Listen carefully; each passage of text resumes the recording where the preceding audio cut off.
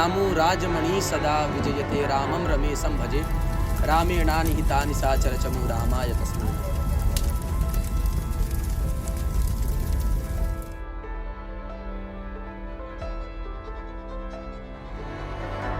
वाराणसी आनंद भवन है, जो एक ये पृथ्वी पे स्थित न होने का एक सबूत है। शिवजी ऐसे त्रिशूल पे धारण किए हुए एक ऐसा गंगा माता का संगम है जहाँ पे मोक्ष द्वार है। ये स्वयं साक्षात मोक्ष द्वार।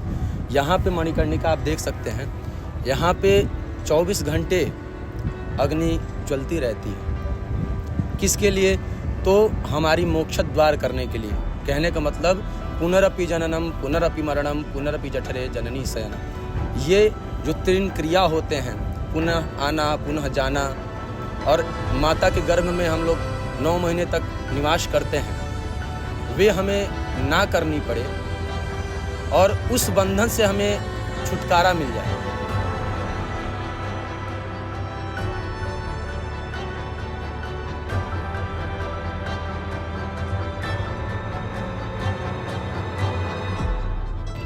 मणिकर्णिका पे ऐसा कहा जाता है कि माँ की कोई कानक की बाली गिरी हुई थी, तो माँ एकदम क्रोध में जल रही थी, पार्वती माँ। तो उसी में माँ ने श्राप दिया था कि जिस तरह से आज मैं इस क्रोध अग्नि में जल रही हूँ, इस तरह से मणिकर्णिका की 24 घंटे अग्नि तपन में सदा जलेगी, ये कभी शांत नहीं होगी। मणिकर्णिका घाट पे, और आप देख सकते हैं यहाँ पर बहुत लोग आते हैं मोक्ष के लिए। यहाँ पे दाह संस्कार भी होता है। पूरे विश्व के लोग यहाँ आते हैं मोक्ष प्राप्त करने के लिए इस काशी, बिकॉज ये काशी नगरी है, भोलेनाथ का स्थान है, और साथ में गंगा माता है जिसको वो मोक्ष कर देती है, प्योरीफाई करती है, क्लीन करती है।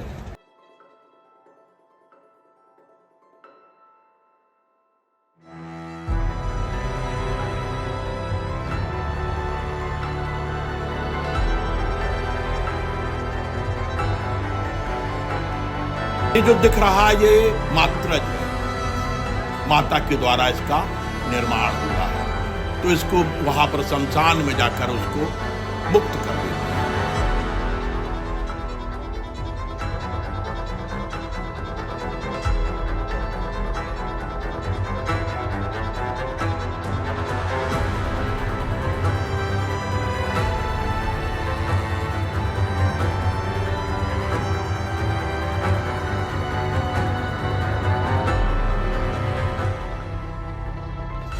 मरने से सब जग डरा मेरे मन आनंद, कब मरी हूँ कब मिली हूँ पूर्ण परमानंद।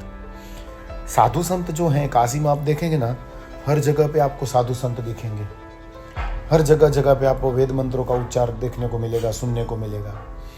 तो साधु संतों का कैसा होता है, ये शरीर को चोला समझते हैं। एक चोला गंदा हुआ उतार दिया, दूसरा पहन लिया। तो ये चोला पहनने की प्रक्रिया जैसे शरीर है, ये मृत्यु है, ये साधु संतों के लिए तो उत्सव है कि वो बोल रहे हैं मरने से सब जग डरा।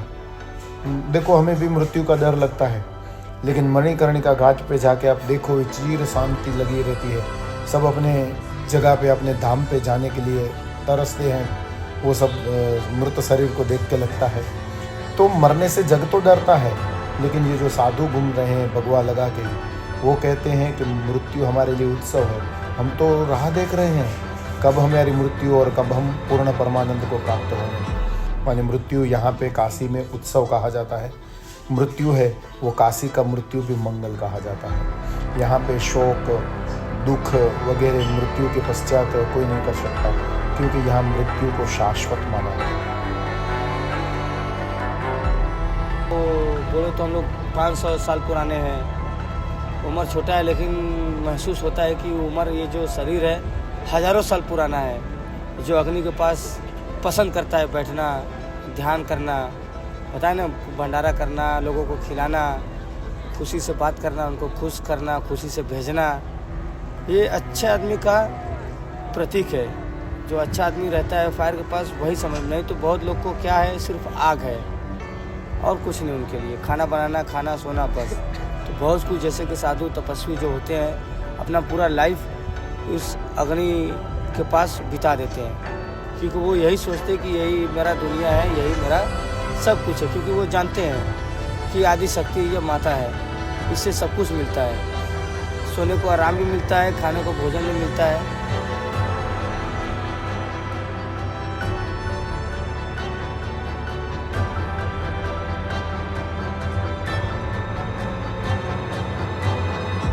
गंगा माँ की अग्नि से ये तात्पर्य है कि हम गंगा माँ की आरती कर रहे हैं, आस्था से कर रहे हैं। आस्था के प्रतीक जो अग्नि से हमारा संबंध हो गया कि वो हमें नुकसान नहीं पहुँचा रही हैं, वो भी जान रही है कि गंगा जी की सेवा कर रहे हैं, ये भी गंगा आरती कर रहे हैं। तो उसी से जो माँ शांत रूप में है गंगा माँ, तो शीतलता एक तरफ अग्नि है, तो दोनों लोग का मिलकर शीतल रूप हो जाता है, तो कभी नुकसान नहीं पहुँचाते हैं। इसलिए माँ की सेवा करवा रही हैं और हम कर नहीं रहे हैं, वो हमसे करवा रही हैं।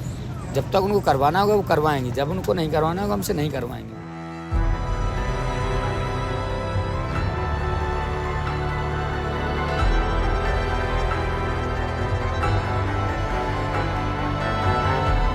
यहाँ गंगा जी को बहुत शांत रूप में दिया गया है, मांगा गया है। यहाँ गंगा जी को बांधा गया है क्योंकि ये शांत रूप से बहें, यहाँ किसी को नुकसान न पहुँचे ना कुछ हो। काशी के अंदर तो आप गंगा जी किनारे कितनी भी बाढ़ पे गंगा जी क्यों नहीं रहती हैं, लेकिन कभी आवाज़ नहीं करती, एकदम शांत रूप से जाती हैं गंगा जी के यहाँ पर।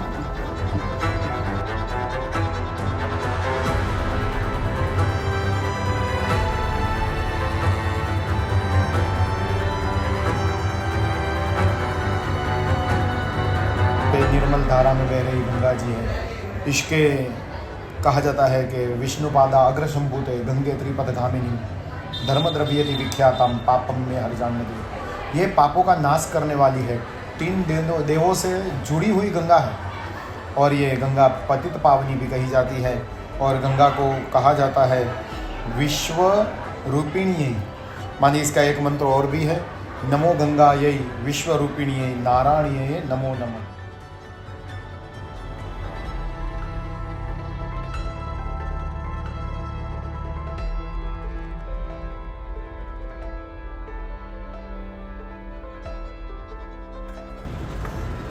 गंगा आई थी सन 1982 से, पंडित श्री कृष्ण द्विवेदी जी 1982 से।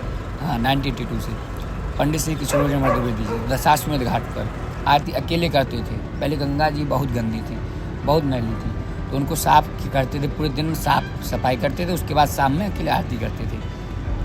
तो वो आस्था की प्रतीक है हमारी गंगा माँ की आरती। गंगा आरती करते हैं, गंगा आरती में शामिल होते हैं।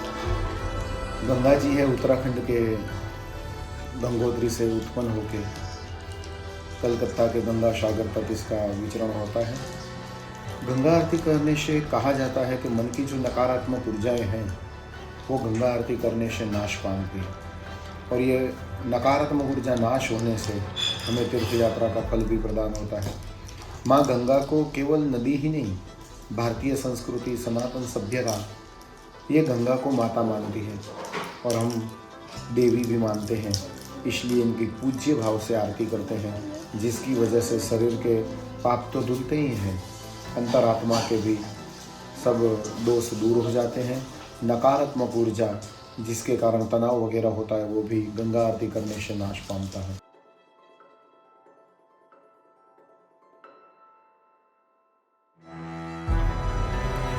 अग्नि हमारे जीवन का एक अभिन्न अंग है।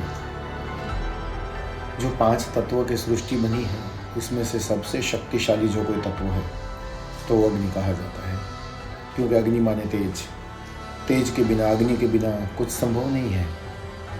अग्नि के कई प्रकार होते हैं, जैसे गंगा आरती में हम देखते हैं जो गंगा आरती की जो ज्वाला होती है वो अग्नि है, जिसे देखने के कारण केवल, जिसके दर्शन करने मात्र से सकारात्मक ऊर्जा हमें प्राप्त होती है और मन भाव विभोर हो जाता है। और जब वही अग्नि का स्वरूप मणिकर्णिका घाट पे देखें जो चिताएं जलती रहती हैं, तो मनुष्य को सांसारिक भाव से अलग होकर वैराग्य की प्राप्ति होती है, विरक्त भाव शरीर के अंदर उत्पन्न होता है। अग्नि तो एक ही है, लेकिन अलग अलग रूप में इसका हम चयन करते हैं। अग्नि एक दिए के स्वरूप में रहती है और अग्नि एक ज्योत के स्वरूप में रहती है। जैसे आरती की अग्नि और श्मशान की अग्नि, अग्नि दोनों एक है लेकिन दोनों का प्रभाव अलग होता है। अग्नि जैसा कोई शक्तिशाली तत्व इन 5 तत्वों में नहीं है। अग्नि है वो सर्जन का भी प्रतीक है और अग्नि है वो संहार का भी प्रतीक है। जैसे सर्जन भी होता है अग्नि से और संहार भी होता है अग्नि से। अंत में अग्नि में ही सबको समा जाना है।